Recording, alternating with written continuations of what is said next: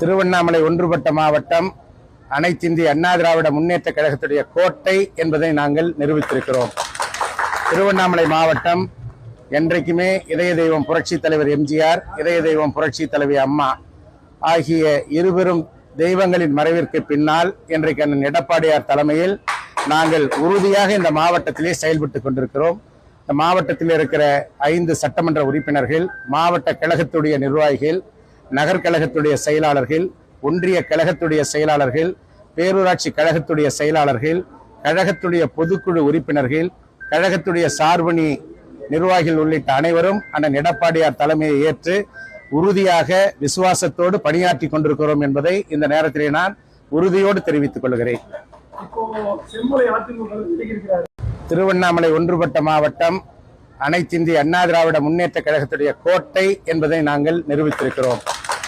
திருவண்ணாமலை மாவட்டம் என்றைக்குமே இதய தெய்வம் புரட்சி தலைவர் எம்ஜிஆர், இதய தெய்வம் புரட்சி தலைவி அம்மா ஆகிய இருவரும் தெய்வங்களின் மறைவிற்கு பின்னால் இன்றைக்கு அண்ணன் எடப்பாடியார் தலைமையில் நாங்கள் உறுதியாக இந்த மாவட்டத்திலே செயல்பட்டு கொண்டிருக்கிறோம்.